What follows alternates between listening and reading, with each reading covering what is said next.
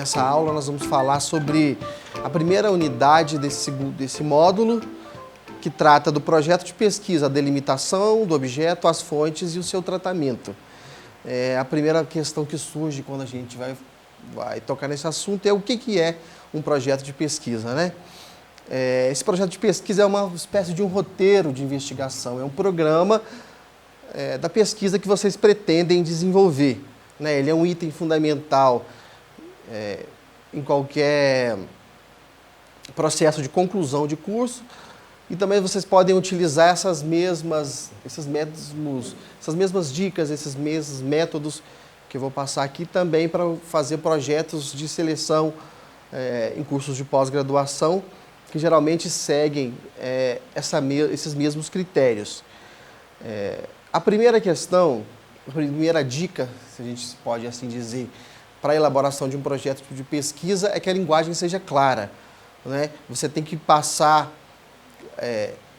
para o leitor, né, geralmente, ou muitas vezes um avaliador da banca, segurança no que você está escrevendo, e uma linguagem clara, uma linguagem objetiva, é mais fácil de você alcançar o leitor e demonstrar o que você está de fato querendo dizer. E aí, nesse sentido, para pensar propriamente no que é esse projeto de pesquisa, a gente pode elencar 3 questões. O que pesquisar, por que pesquisar e como pesquisar. Né? A gente pode colocar que essas três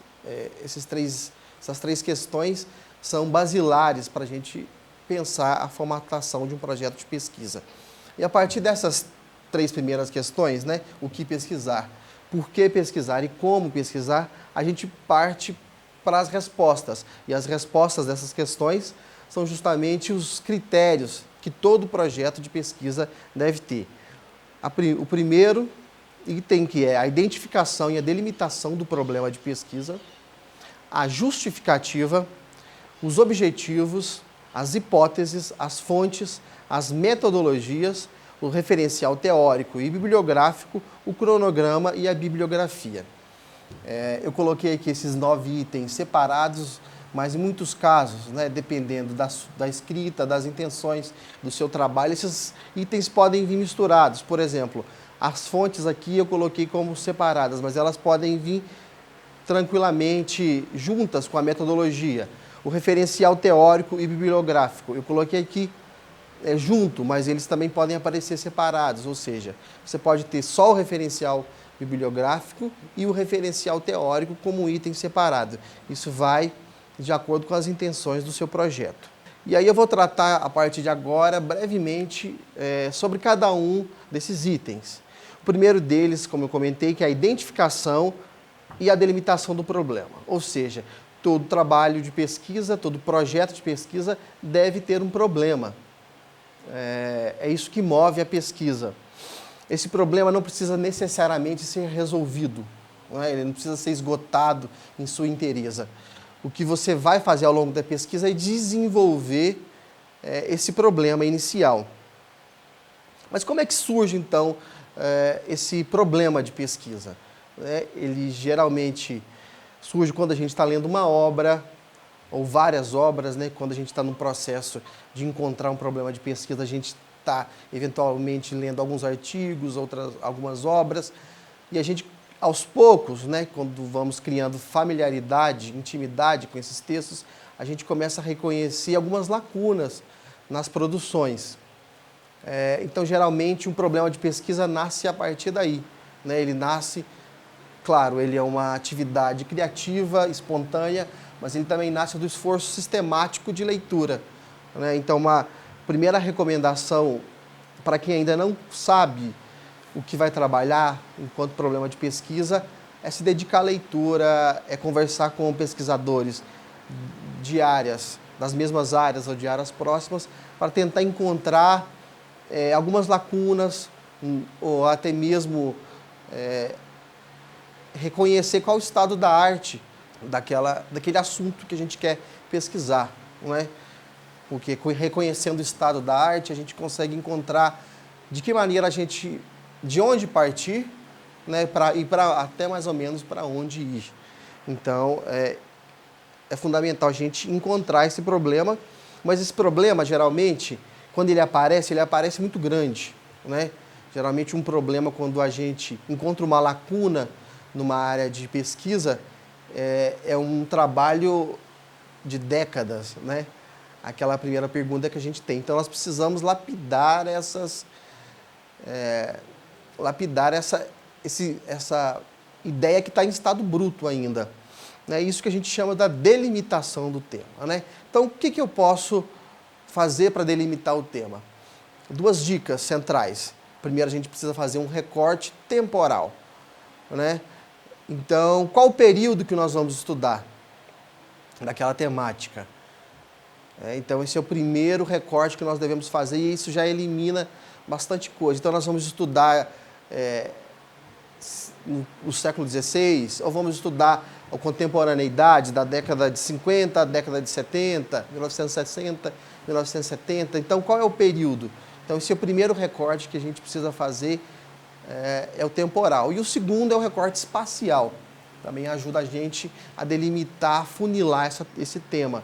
O recorte espacial é de onde a gente vai tratar, né? Um exemplo, nós podemos pensar, no caso do nosso curso, nós podemos tratar a questão da circularidade cultural entre os grupos indígenas. Mas qual é o recorte temporal? Vamos tratar a circularidade cultural no século XVII.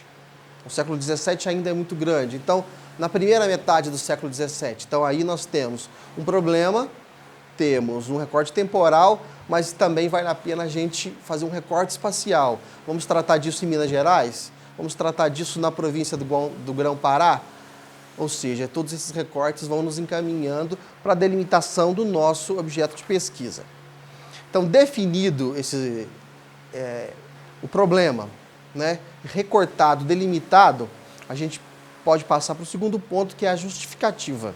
Né? Todo trabalho de pesquisa é fundamental que tenha o item da justificativa. Esse item de justificativa ele pode aparecer tanto dentro da apresentação do tema, como um item separado. Esse item de justificativa, para ficar mais fácil, também a gente pode encontrar 3 elementos de justificativa. O primeiro deles é a relevância. Né? Toda pesquisa científica deve ter uma relevância ou social, ou científica, ou social e científica. Né? O que é uma pesquisa de relevância social? É uma pesquisa que pretende explicar uma realidade, uma determinada realidade social, ou, na melhor das hipóteses, transformá-la. E um trabalho que tenha uma relevância científica, né, que todos os trabalhos de vocês vão procurar essa relevância científica, é desenvolver a partir do que já foi pesquisado até então. Né? Então, a relevância científica é essa. De onde você está partindo?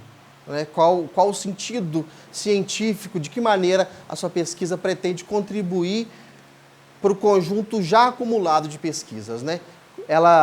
Então, nesse sentido, a sua pesquisa não pode ser uma repetição do mesmo. Né?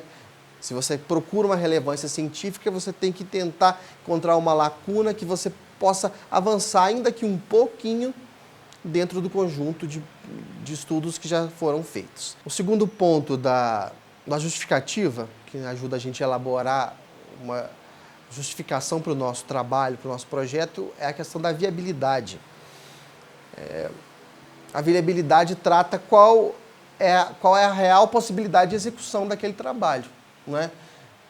Eu vou precisar de financiamento, vou precisar de livros, vou precisar de viajar arquivos, né? Eu tenho recursos para isso, eu tenho tempo para isso, né? Isso é fundamental, sobretudo quando a gente trata de trabalho de conclusão de curso, quando a gente trata de um trabalho, de um projeto de mestrado ou de doutorado, que as agências de fomento exigem que se cumpra o prazo rigorosamente. Então, aquela pesquisa minha ela é viável, né? A questão é essa. Então, eu tenho que demonstrar para quem está me lendo que a minha pesquisa é viável, ela é possível de ser realizada dentro do financiamento e do tempo. O terceiro ponto da justificativa é a questão da originalidade. É claro que não se exige de um trabalho de conclusão de curso que o aluno invente a roda, né? É claro que também os graus de exigência da originalidade diferem muito do grau acadêmico. É claro que uma tese de doutorado se exige muito mais de originalidade do que os outros trabalhos. Mas é possível também que um trabalho de conclusão, de graduação ou de pós-graduação, também você tenha um relativo grau de originalidade. Por exemplo, como?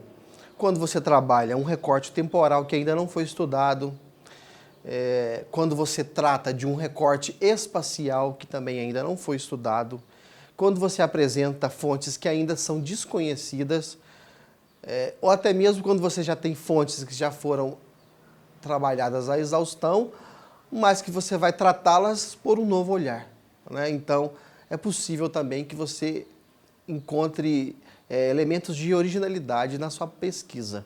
Um outro item que a gente tem que tratar também é a questão das fontes, né? Eu já falei um pouco delas ao longo da explanação dos temas anteriores, mas agora vale a pena a gente aprofundar um pouco mais. O que são essas fontes, né? As fontes é o substrato, é o material que a gente vai utilizar para fomentar a nossa pesquisa. Ou seja, todo trabalho precisa de fontes, né? Elas são muito variadas, elas podem ser um conjunto de dados, podem ser imagens, podem ser entrevistas, relatos orais, mas nós precisamos de fonte para fazer o nosso trabalho. Geralmente, divide-se as fontes entre fontes primárias e fontes secundárias, né? As fontes primárias são aquelas que foram produzidas pelos próprios autores em seus próprios contextos, e as fontes secundárias geralmente são uma leitura sobre aquelas primeiras fontes, né? Elas também podem ser fontes materiais ou podem ser fontes imateriais. As fontes materiais são documentos escritos, são oficiais, documentos oficiais ou não, são imagens, são discursos, são produções audiovisuais, e também existem as fontes imateriais, que são as formas de expressão, né? No caso dos indígenas é possível tratar também dessas formas de expressão, das suas performances, todas elas como fontes imateriais, os modos de fazer, os relatos orais, todos esses, esse segundo bloco são as fontes imateriais. Então, reconhecida qual é a natureza das suas fontes, é importante nós pensarmos como nós vamos tratá-la, não é? Porque essas fontes, quando a gente vai recolhê-las, elas não estão também em estado bruto, como está o nosso problema de pesquisa, que a gente precisa ir lapidando e delimitando as fontes também. É a mesma coisa, nós precisamos ir pegar as fontes e tratá-las. A primeira questão para tratar essas fontes é selecioná-las e classificá-las, né? Então eu pego todas as fontes que eu tenho, é interessante eu montar um banco de dados, né, no meu computador com todas as fontes que eu tenho, separar por itens essas fontes, né? Então, o ano de produção, quem produziu, tudo isso me ajuda a posteriormente, quando eu for procurar outros elementos naquelas fontes, né? Porque geralmente um primeiro olhar eu reconheço o que eu estou procurando na fonte, mas um segundo olhar, quando eu tenho novas perguntas, a fonte também me responde, né? Elementos que ela não me respondeu de início porque eu não perguntei, mas agora, no retorno que eu faço às fontes, ela me responde essas questões.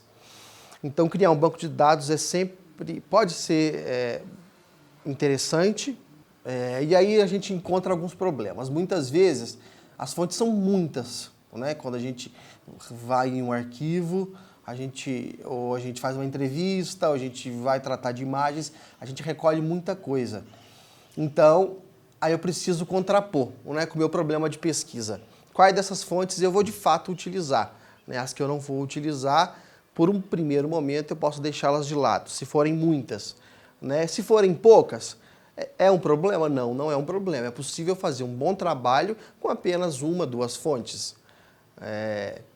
Tudo depende da maneira como o pesquisador vai conduzir a narrativa dessas fontes.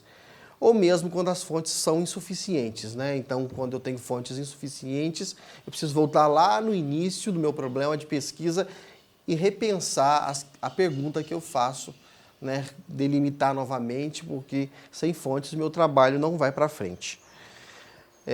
Então, tratar desse item das fontes, a gente pode passar para o item da metodologia.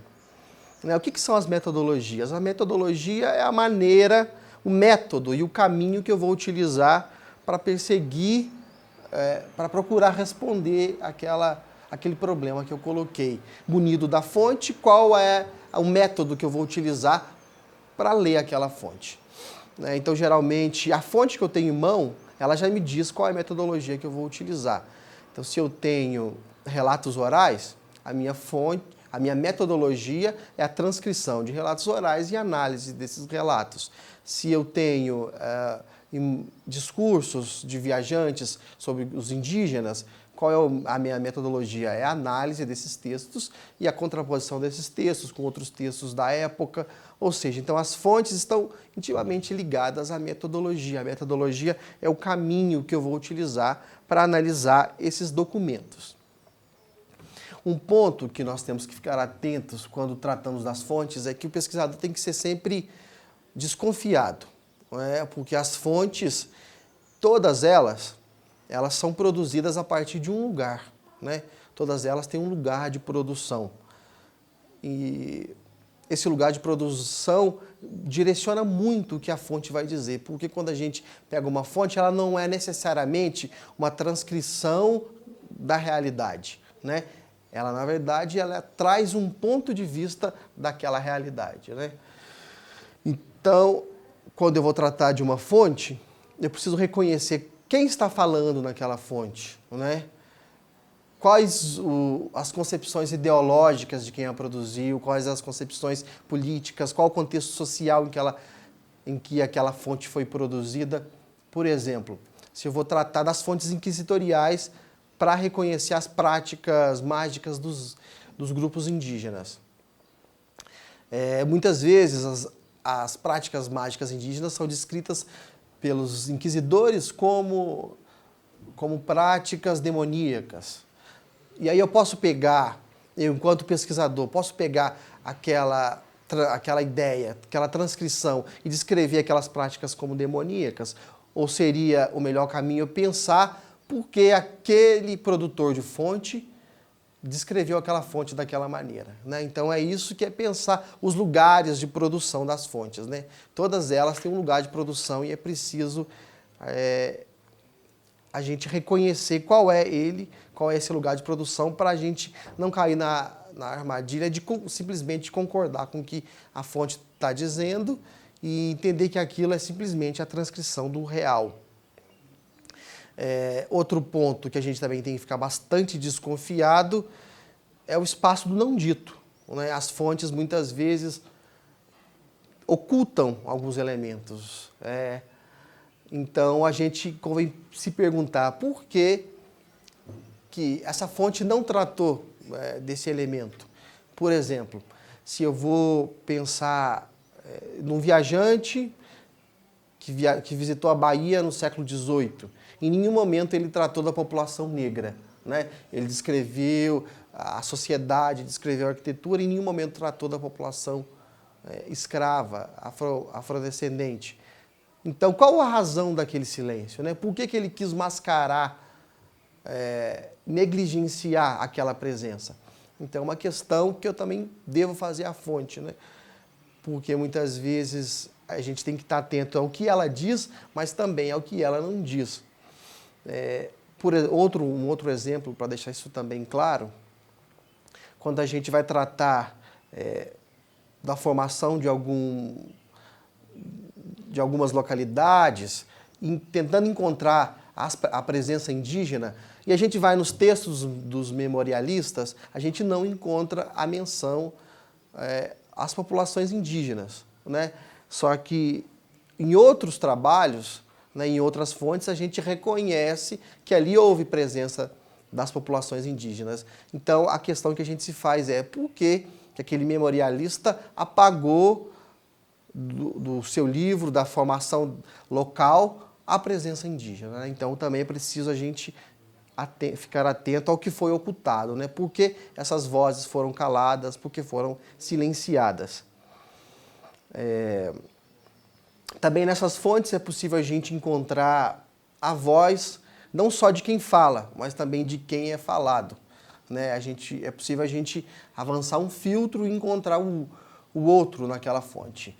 Retomando ainda o caso das fontes inquisitoriais, que muitas vezes tratam dos delitos, né, do que foram considerados delitos indígenas, eu consigo reconhecer ali alguns modos de vida dos indígenas, algumas relações de sociabilidade. É possível traçar algumas trajetórias dos acusadores, das testemunhas. Então, munido daquela fonte que foi produzida em um determinado lugar de produção, eu posso atravessar aquele filtro e tentar, a partir dali, recolher alguns nomes, recolher algumas relações sociais e encontrar como que o outro também foi descrito naquela fonte, né? No mais, para fechar esse ponto das fontes, tem que ficar claro que a gente nunca deve abandonar as fontes, né? A gente está sempre voltando nelas, seja para confirmar pontos que a gente já viu, seja para reconhecer outros elementos das fontes. Então, por isso é tão fundamental a gente ter o banco de dados, ter o levantamento dessas fontes basicamente estruturado. Então, basicamente, é isso que nós vamos tratar nessa segunda unidade desse módulo, projeto de pesquisa.